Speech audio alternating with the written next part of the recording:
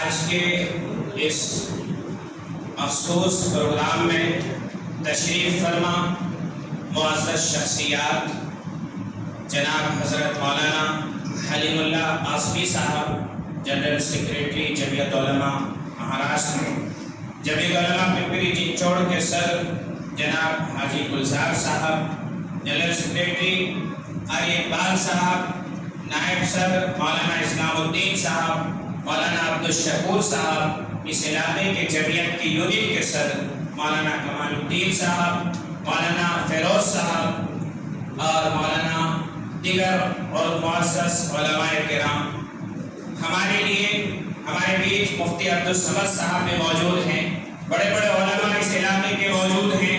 یہاں حضرت مولانا کا مفصل خطاب سننے کے لیے ہم سب یہاں تشریف فرما ہیں۔ مولانا کے فیوض و برکات، مولانا کے ناصحانہ کلمات سے ہم سب مستفیض ہونے والے ہیں۔ بیچ میں چند منٹ کے لیے جناب صدر پپری چنچوڑ نے مجھے کھڑا کر دیا ہے۔ الامر فوق العدم کے تحت میں ان کی بات کو مانتے ہوئے چند باتوں کی طرف آپ کو اشارہ کروں گا۔ حضرات سامعین کرام، اصلاح معاشرہ کا یہ پروگرام، جیسا کہ اس سے پہلے آپ سے جو مخاطب تھے انہوں نے آپ کے سامنے پیش کیا کہ اصلاح معاشرہ کی شروعات اپنے ذات سے ہونی چاہیے۔ ہم اپنے آپ کو دیکھیں کہ ہم کس معاشرے میں زندگی گزار رہے ہیں اور ہمارا منصب کیا تھا۔ جو آیت میں نے آپ کے سامنے پیش کی ہے، اس آیت کے اندر اللہ رب العالمین کا فرمان ہے۔ اللہ تعالیٰ ارشاد فرماتے ہیں، ظہر الفساد فی البر والبحر بما کسبت ایدی الناس، خشکی اور تری میں، دنیا میں اور جہاں بھی ہے جو بھی فساد برپا ہے، جو بھی چیزیں ہو رہی ہیں، جو بھی حالات ہو رہے ہیں، وہ مسلمانوں کے اپنے کیے دھرے کا اثر، کیے دھرے کا نتیجہ ہے۔ آج اس وقت پوری دنیا کی صورت حال میں ہے۔ ہمارا جو فریضہ تھا، ہمارا جو فرض منصبی تھا، ہم نے اس کو چھوڑ دیا۔ اللہ کے نبی صلی اللہ علیہ وسلم کی بعثت کے مقاصد میں سے ایک اہم مقصد تھا اللہ کے بندوں کو اللہ تک لانا، اللہ کے بندوں تک اللہ سے جوڑنا، اللہ کے دین کی دعوت کرنا۔ اللہ کے نبی صلی اللہ علیہ وسلم کے فرض منصبی میں سے، اللہ کے نبی صلی اللہ علیہ وسلم کے بعثت کے مقصد میں سے ایک اہم مقصد تھا دین کی دعوت۔ آج دین کی دعوت کو ہم نے چند لوگوں میں محدود کر کے رکھ دیا ہے، بلکہ پوری دنیا ہمارے لیے مخاطب تھی۔ اللہ کے نبی صلی اللہ علیہ وسلم کی امتی ہونے کے ناطے ہماری ذمہ داری بنتی ہے کہ پوری دنیا کے ہر شخص تک، پوری دنیا کے ہر خاص و عام تک، پوری دنیا کے ہر مذہب کے ماننے والے تک اللہ کا پیغام اور اللہ کے نبی کا پیغام پہنچا دے۔ لیکن ہماری صورتحال یہ ہے کہ آج ہم کو خود ہی ہمارے معاشرے کی اصلاح کی ضرورت پڑ رہی ہے۔ آج ہم باپ ہیں تو دیکھیں کہ ہم اپنے باپ کا فریضہ کس انداز میں ادا کر رہے ہیں۔ یہاں ہم سب کئی لوگ باپ ہیں، آپ اندازہ لگائیں ہم اپنے اولاد کی کیا تربیت کر رہے ہیں، اپنے بچیوں کی کیا تربیت کر رہے ہیں، اپنے بچوں کی کیا تربیت کر رہے ہیں۔ پہلے زمانے میں سننے کو آتا تھا کہ کوئی ایک مسلم بچی کسی غیر مسلم کے ساتھ اکا دکا بہن کر کے بہکانے سے، پھسلانے سے اور غلط فہمی سے، غلط صحبت سے، غلط کالج اور یونیورسٹیز میں پڑھنے کی وجہ سے وہاں چلے گئے۔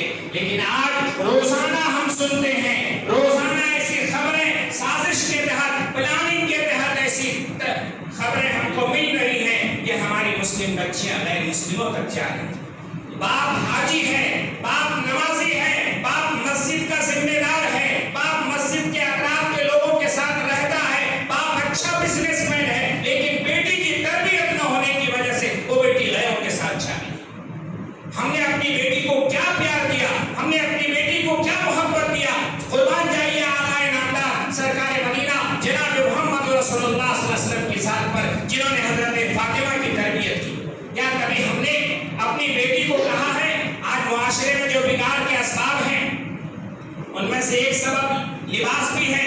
ہم یہاں بات کھڑے ہیں، یہاں پر بیٹھے ہوئے ہیں، ہماری ذمہ داری ہے ہم جا کر کے اپنی بچیوں کے لیے، جب ہماری بچی 5 سال 7 سال کی ہوتی ہے، ایسے لباس ہم اپنے بچیوں کے لیے خریدتے ہیں، ہم اپنے بچیوں کو اپروول دیتے ہیں، اپنے بچوں کو ان کا ذہن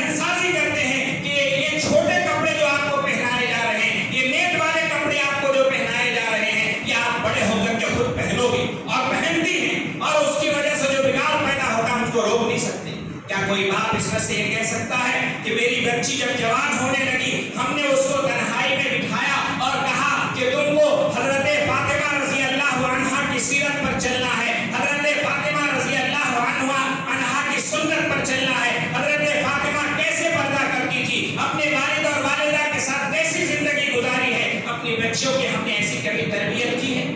ہم نے اپنے بھائیوں کی کبھی ایسی تربیت کی ہے جیسے آقا علیہ السلام نے حضرت علی کی اور حضرت زید کی تربیت کی تھی؟ بہرحال بھائیوں بزرگ اور دوستوں، معاشرے کی اصلاح کے لیے سب سے پہلے گہرائی سے ٹھنڈے دماغ سے اپنے دل کے اندر جھانک کر دیکھنا پڑے گا، غور کرنا پڑے گا کہ اللہ تبارک و تعالیٰ نے ہم کو جو ذمہ داری دی ہے اس ذمہ داری کو ہم کتنا ادا کر رہے ہیں۔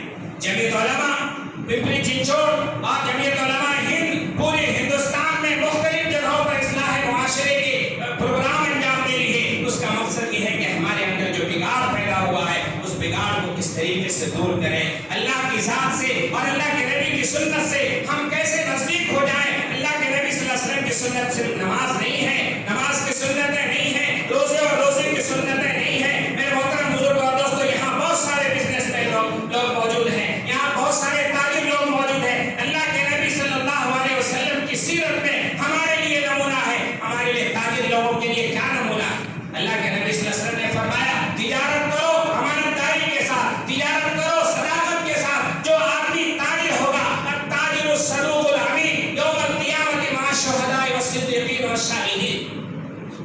کہ میرے محترم بزرگ اور دوستو، تاجرین کے لیے سنت یہ ہے کہ ہم جو بھی تجارت کرتے ہیں حلال تجارت کریں، ہم جہاں بھی تجارت کرتے ہیں امانت داری کے ساتھ کریں، تجارت کرتے ہیں سچائی کے ساتھ کریں۔ ہمارا نقصان ہو جائے یا فائدہ ہو جائے، فائدہ کم ہو یا زیادہ چھوڑ دیجئے، لیکن اللہ کے نبی کی سنت پر آپ نے تجارت کیا تو یقین جانیے کل قیامت کے دن اللہ تبارک و تعالیٰ جو ہے اللہ کے نبی کے ساتھ، اللہ کے مخصوص بندوں کے ساتھ، شہداء اور صالحین کے ساتھ آپ کا حشر فرمائے۔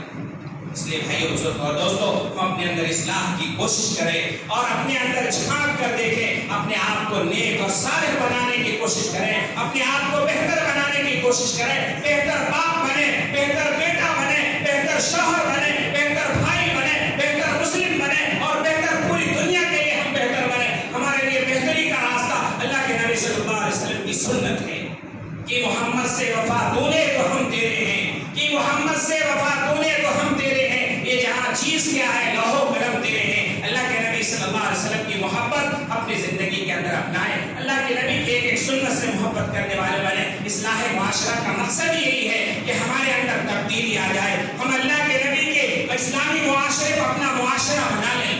آج ہماری صورتحال کیا ہے؟ اگر دھوکہ کسی سے کھاتے ہیں تو مسلم سے دھوکہ کھاتے ہیں، کسی ڈرائیور سے دھوکہ کھائے تو مسلم ڈرائیور سے، کسی دکاندار سے دھوکہ کھائے تو مسلم دکاندار سے، اور کسی آدمی سے دھوکہ کھائے تو مسلم سے کھائے۔ میرے محترم بزرگ اور دوستو، ایسا کیوں ہے؟ ہم اپنی اصلاح کی فکر کریں، دعا کریں اللہ تبارک و تعالی ہم سب کو معاشرے کی اصلاح کی فکر کی توفیق نصیب فرمائے، ہمارے قلوب کی اللہ تبارک و تعالی اصلاح فرمائے، اور جو بگاڑ ہے فساد ہے اللہ تعالی اس بگاڑ اور فساد کو دور فرمائے۔ ہمارا نتیجہ ہے ہم نے دین کی دعوت کی محنت کو اللہ کے بندوں تک پوری دنیا تک نہیں پہنچایا، اس کی وجہ سے آج ہم پٹ رہے ہیں، ہم ذلیل ہو رہے ہیں، ہم خار ہو رہے ہیں، ہم رسوا ہو رہے ہیں۔ دعا کریں اللہ تبارک و تعالی ہم سب کو اللہ کے دین پر چلنے کی توفیق عطا فرمائے، اس معاشرے کے، اس اصلاح معاشرے کے جلسے کو اللہ تعالیٰ کامیاب فرمائے۔ اللہ تبارک و تعالی ہماری زندگی اور آخرت کے لیے اس کو بہترین ذریعہ، آخرت کی کامیابی کے لیے بہترین ذریعہ بنائے۔ اور تمام حضرات کے شکریہ کے ساتھ میں اپنی بات ختم کرتا ہوں۔ وآخر دعوانا الحمدللہ رب العالمین۔